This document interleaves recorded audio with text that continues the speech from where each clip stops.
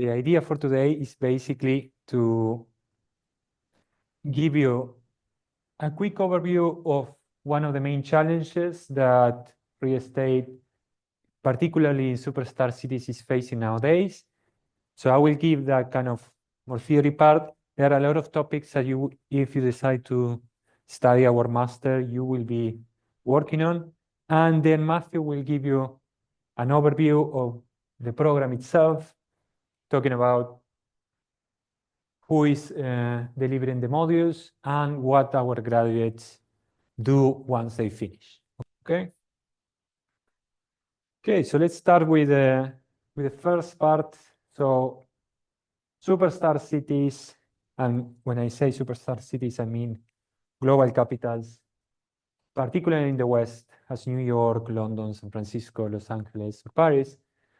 They have had traditionally really high attractive towards people and real estate in terms of construction, development, or investment, because they have strong agglomeration economies.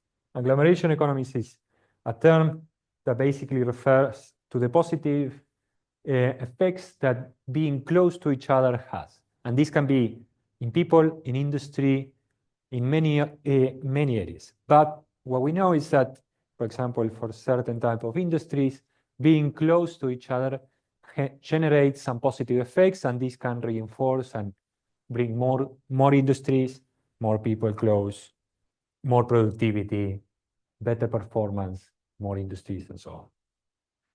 But the thing is that many of these cities have shown population loss. There's been significant business relocation. There has been particularly high vacancies in the commercial real estate, particularly in offices in London, and they are facing rising competition from mid-sized cities. So what I would like to do is first talk about the problem and try to define it, then talk about the causes, the potential causes behind this problem, and then we talk about a bit of the effects and what's the outlook for the future. So let's try to define the problem.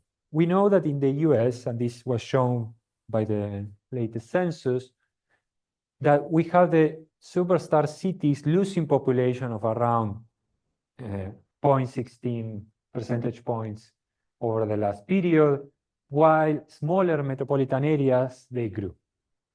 So the large coastal metro areas, like New York, Los Angeles, San Francisco, and Chicago, those are on the top of the resident losing table, and it's basically domestic out-migration. So it's not necessarily people leaving the US, it's just people relocating within the US. And you can see on the map there that Zillow made is basically showing.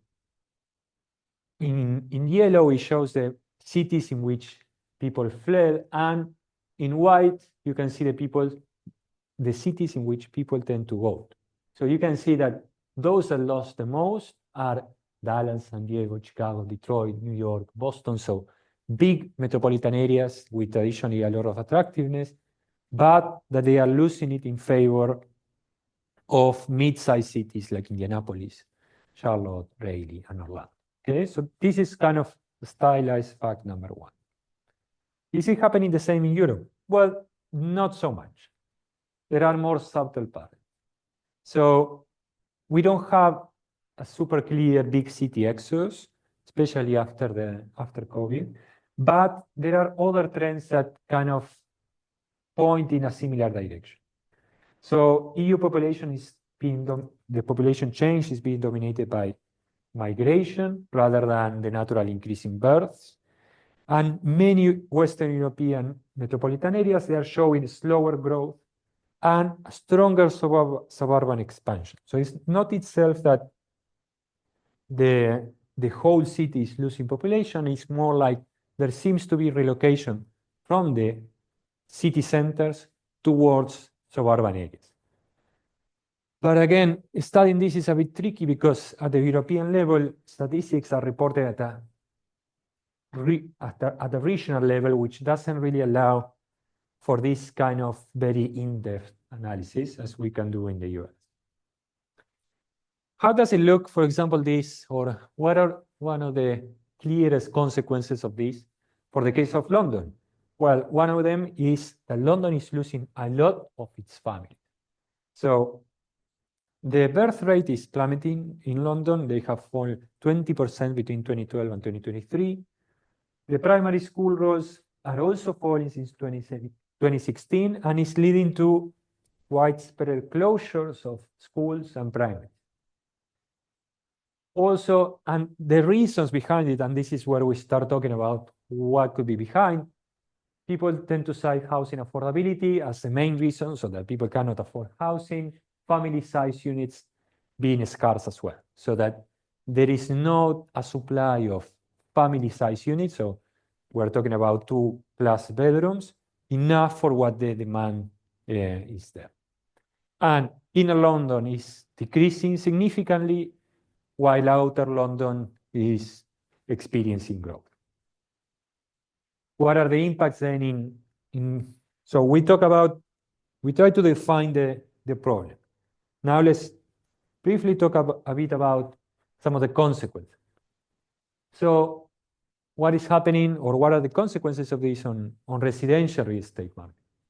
Well, if people are leaving city centers, rents in these areas are becoming stagnated or decreasing in many cases, while rents and housing prices in mid-sized cities are increasing significantly. So residential demand in superstar cities is expected to grow far more slowly than in other metropolitan areas. And this is important because this is kind of a direction of where the long-term investment is going to move. What is happening on the commercial real estate? Where commercial real estate is particularly under pressure, right? You have there a projection that MCI did, that was published in Fortune, that is looking at how demand for office real estate will change from 2019 to 2030. So keep in mind that this was done even before COVID. And it's showing that, for example, London is expected to have a decrease of around 11%. And basically all metropolitan areas in the West are expected to see significant decreases. So again, this means that there is a lot of money that has been invested in these assets that could be completely obsolete by 2030.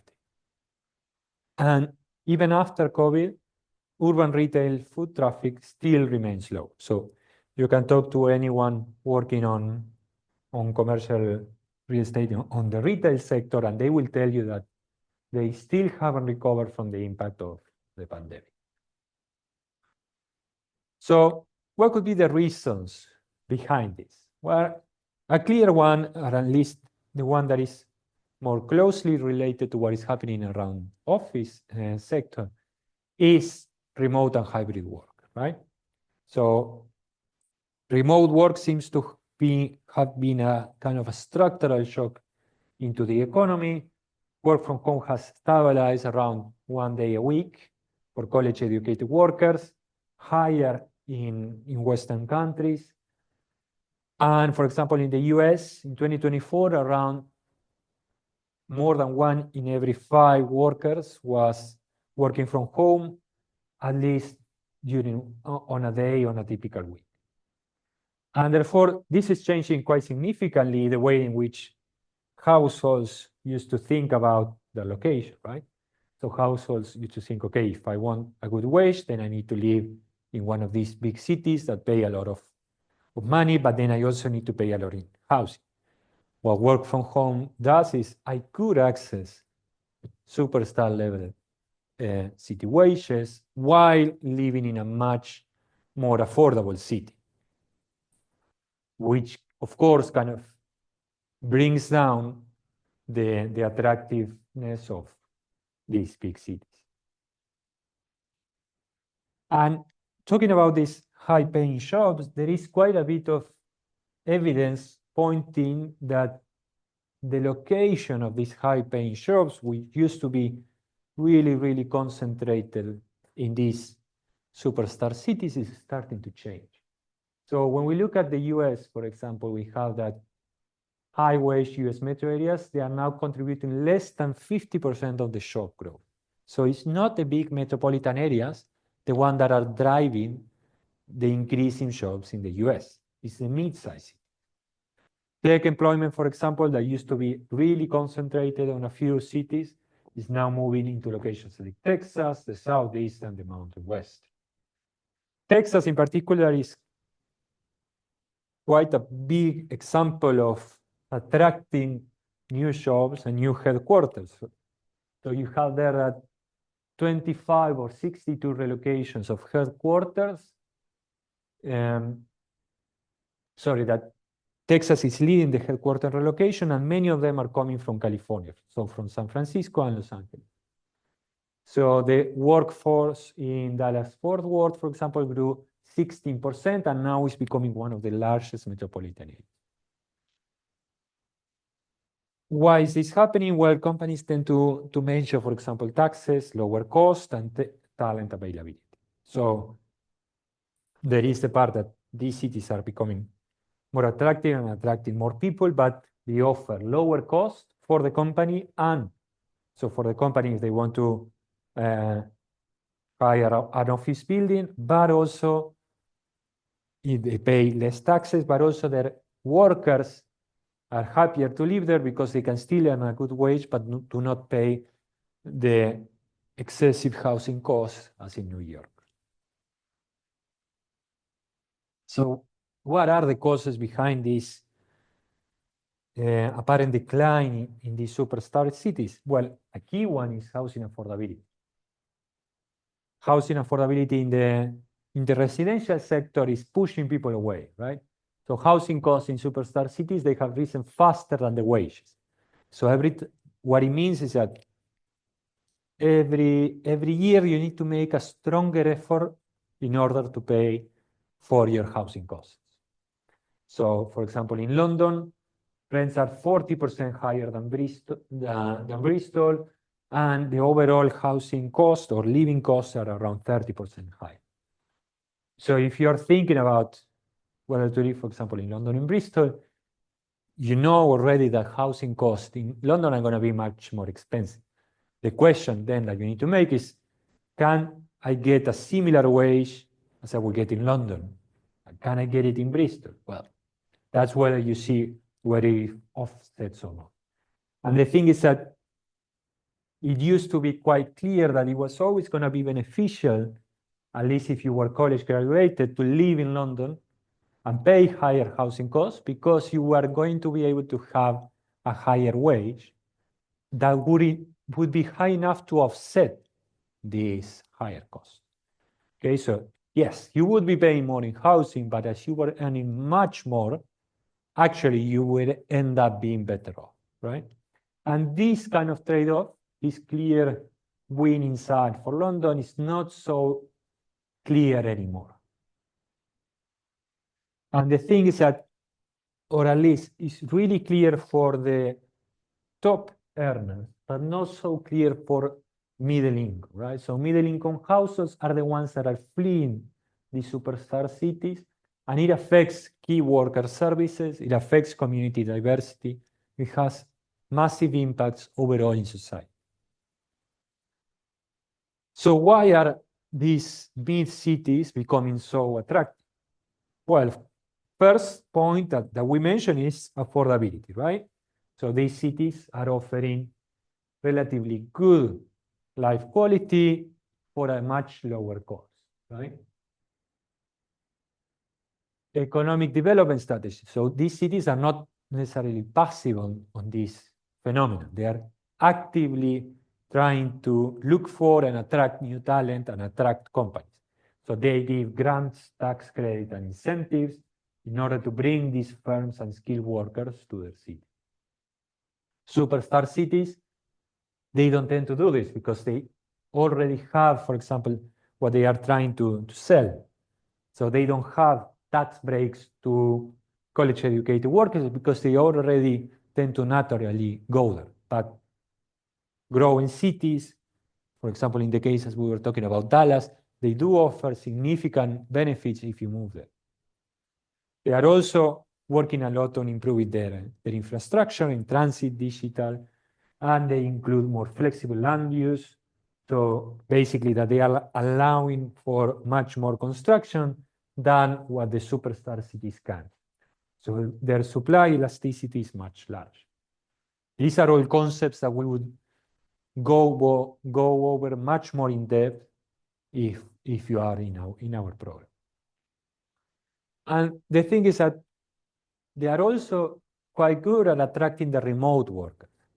So basically, if companies relocate seeking lower costs to these mid-sized cities, they can still work remotely, and you could still potentially, for example, live in Bristol and work in London and earn your wage in London if you only need to go 1 or 2 times a week to the city.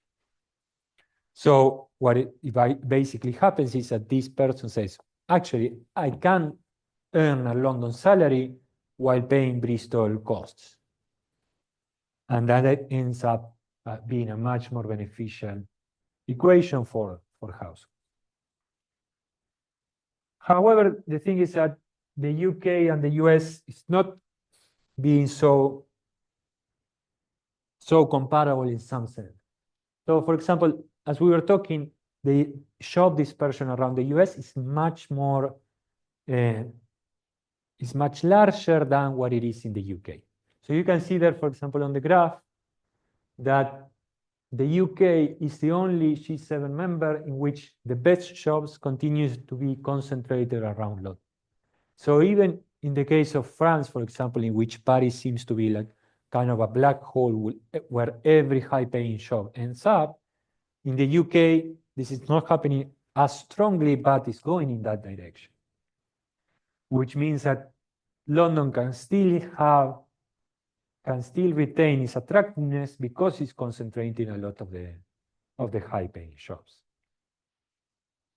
What does it mean in terms of capital reallocation on real estate? Well, that is significantly moving towards the mid-sized cities. So they're shifting away from oversupply global metropolitan areas to high growth, mid-sized urban markets that have stronger demand.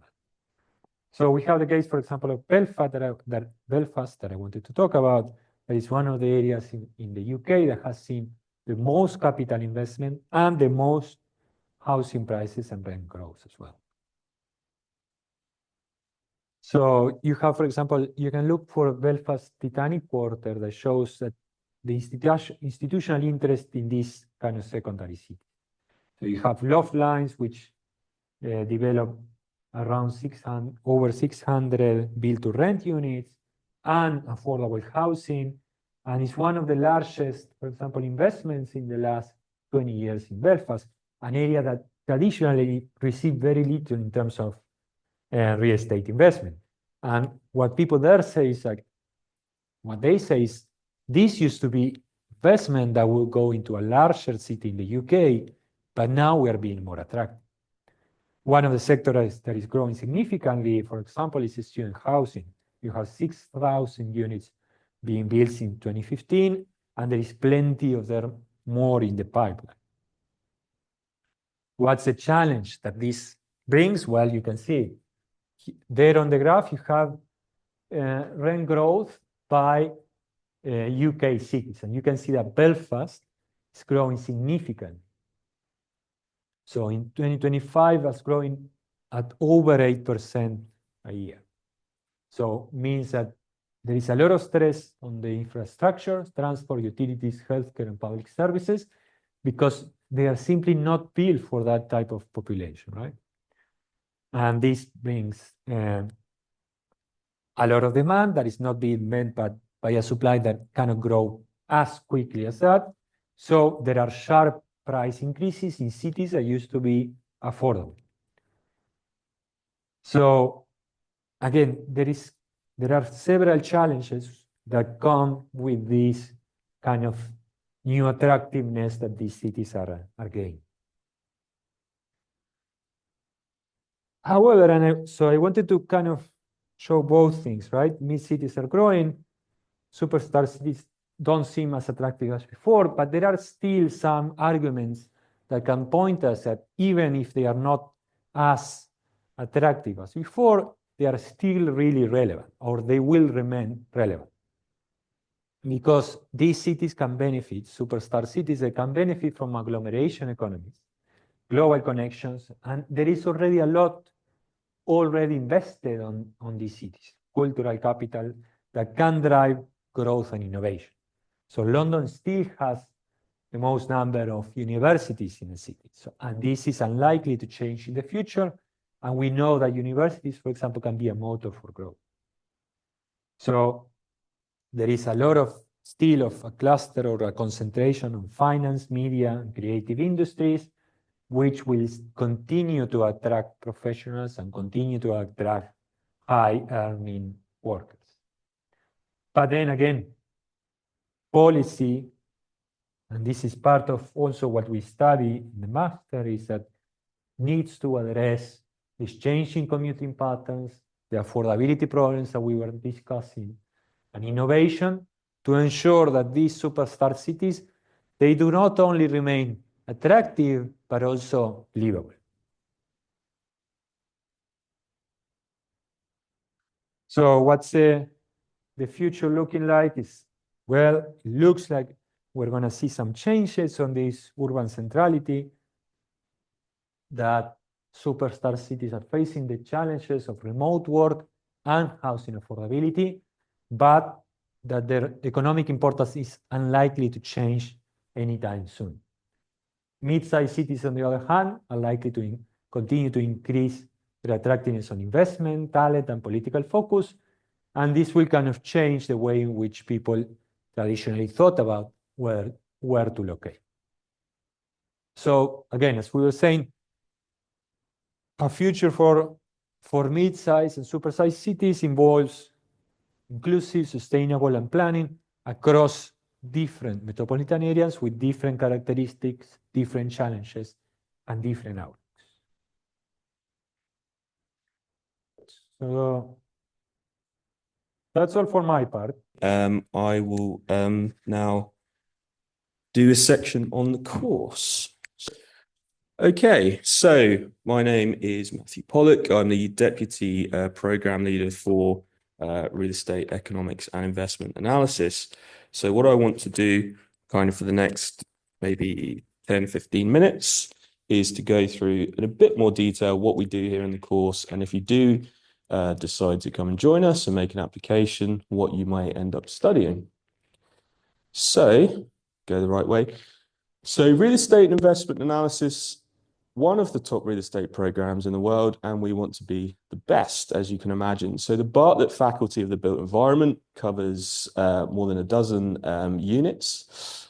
So we are one of them in the Bartlett School of Sustainable Construction. So we have a large series of master's degrees in construction and project management, infrastructure delivery, and we run the real estate course as part of that. We also deliver some real estate teaching for our undergraduate project management course, which has a real estate optional track, and we have some PhD students as well. So it's a relatively new course. This is a 5th cohort we're on at the moment, started in 2021. So it's maybe not the best time to try and launch a new degree, considering the impact on the world and education at that time, but it's survived, and we are here now.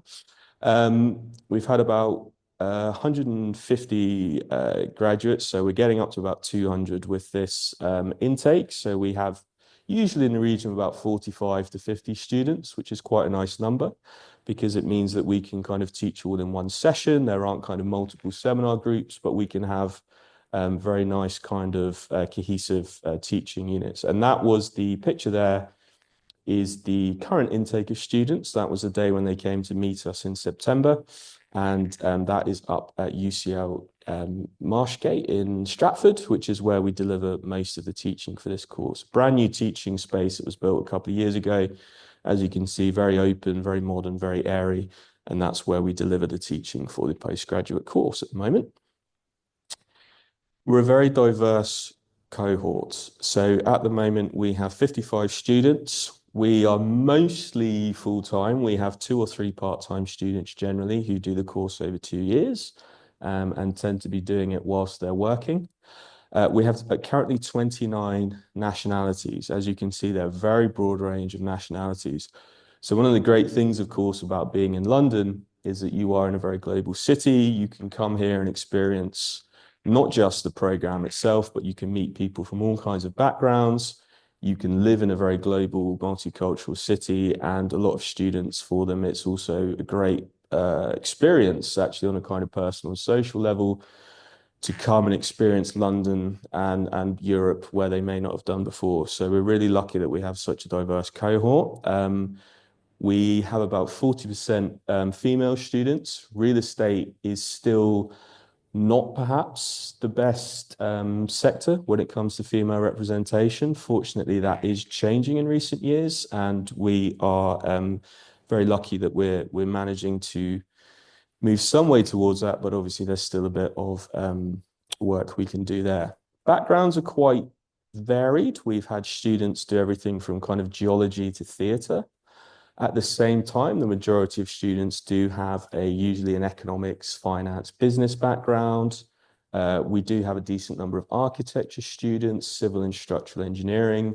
We have quite a few students who have some work experience. So a lot of students will have done, obviously, internships throughout their undergraduate degree. But we do have always a decent number of students who come 2 or 3 years experience, as I say, in architecture or engineering, and want to make a transition to real estate. So they bring a slightly different set of experiences. Even at the moment, we have 2 or 3 students that have kind of been working in the construction and development sector.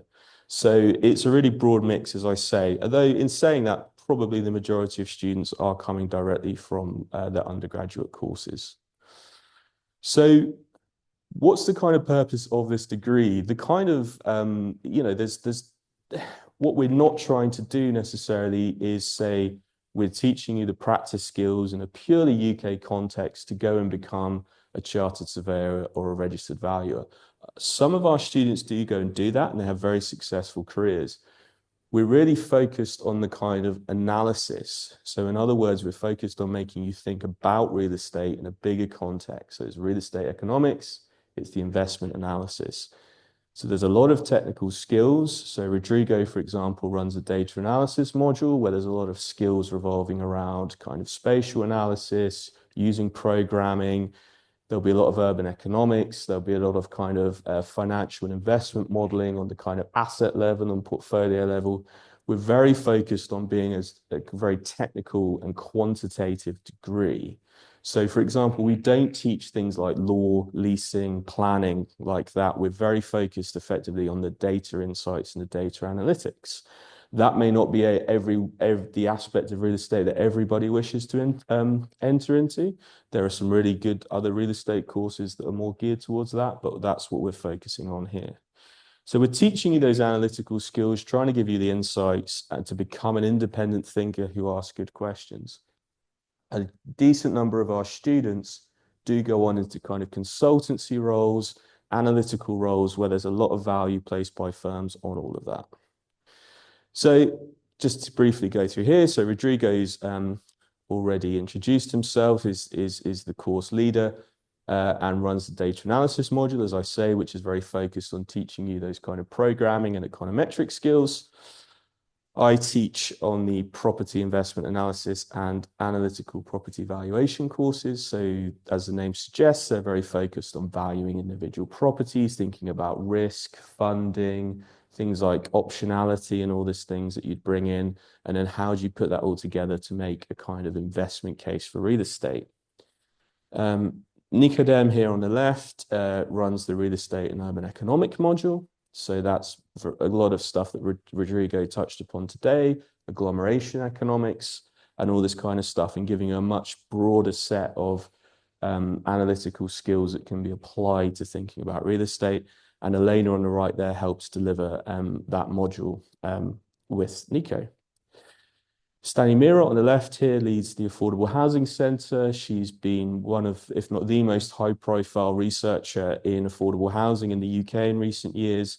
She's recently completed a policy fellowship with the government on this topic and leading a lot of their policy there. And she leads the financial economics module, which looks at kind of a lot of things like portfolio theory, pricing of real estate, capital markets, and all that kind of stuff. Max on the right, who joined us quite recently, is at the moment teaching the asset management module, deals with acquisitions, disposals, leasing. How do you create value in real estate? How do you deal with it on a really kind of asset by asset level? So will be running that module going forward. Two guys here also who help us a great amount. Michael Creamer on the left had a very successful career at Cushman & Wakefield around the world in corporate real estate and occupier advisory services. He's last year or so been chairing our advisory board and helping us really drive a lot of the stuff I'm going to mention in a moment. Eduardo on the right, relatively recent graduate who is also helping to kind of launch the alumni network in the last 6 to 9 months and has been doing some great work there. So just to give you an indication of what we're doing in a kind of broader context, we don't, for example, do international field trips. What the perspective we take is you're coming to London, you're in one of the, if not the global center for real estate finance and capital markets. And what we can do is actually embed all of that throughout the course. We have a tremendous number of guest lecturers. We have a huge amount of kind of real life case studies that we bring into teaching. And what we're doing at the moment is expanding quite rapidly the number of kind of alumni and networking events we do. One that we did in November, picture here on the right, was a industry talk and also the launch of our alumni network. So there was a talk on real estate bubbles and cycles. We had a very senior real estate investment banker coming in to do a talk. We had launched the alumni network, as you see there. We had a drinks reception, and that's been expanding ever since. Been very active alumni network. Our attendance, 50, 60, 70 people that attended with us. We also did a walking tour, so we did a full day out. We went to Battersea. We did a whole talk of the power station redevelopment. We took a boat trip down the Thames to view a lot of real estate. We then had a walking tour around the city from a senior real estate veteran who took us around a lot of the deals and spoke about the area. And then we went down to Leadenhall Market and had a social kind of event in one of the old Victorian pubs. So really great way of meeting students at the beginning of the course and going through that. This is an event that Rodrigo's been running for several years, an innovation sprint with Knight Frank in their data analytics team. And in fact, there's one taking place next Monday, this year's version. So the Knight Frank team come in, do a whole kind of real life data analysis exercise with the students. And that's been a really great way of actually linking with industry, having them in for a full day and actually working with them on their data. And this is the kind of stuff as well that can really help with going into things like dissertations or work experience or putting stuff on a CV when you come to go for jobs. So this is how we're kind of embedding this on a kind of much more weekly basis. An event we're doing this evening, actually, a careers day, careers service coming in. How do you prepare for interviews? What's the state of the job market? We're having another alumni event. We're having a panel session with junior through to senior industry experts coming to talk, and another networking event. So as I say, we're doing these on a regular basis because we're in London. We can get these people in quite easily to come and talk about their experiences and to help you network and learn about the industry. Yes, so thank you so much for attending the seminar. I hope that you find it useful. Please, if you have any doubts, any comments or any suggestion, please just send it to us over email. Yep. We will be opening one-to-one sessions. If you have some doubts about how this would fit into your career progression or so on, we can definitely have a chat. Okay, great. So if that's all, I think we're going to leave it here because thank you very much for joining us. This room will have students in any moment. Thank you so much. Thank you very much.